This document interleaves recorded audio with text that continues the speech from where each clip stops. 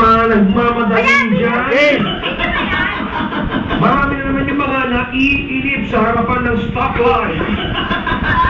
Wala, marami na naman yung mga nag-iisip kung anong ulam. Marami na naman iniisip kung anong magiging pulutan. Naku po, ayan, mga best friend. Bigyan ko yung mga yan, kasi kumakantahan yung mga yan. Tingnan ko mga kumakantahan.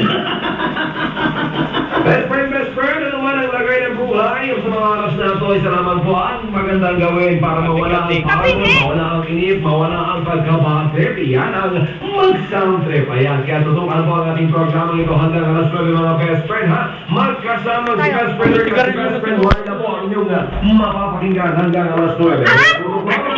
Sa best friend mo, 101.9 May nagdodroga sa baba. Uy, may nagdodroga sa baba.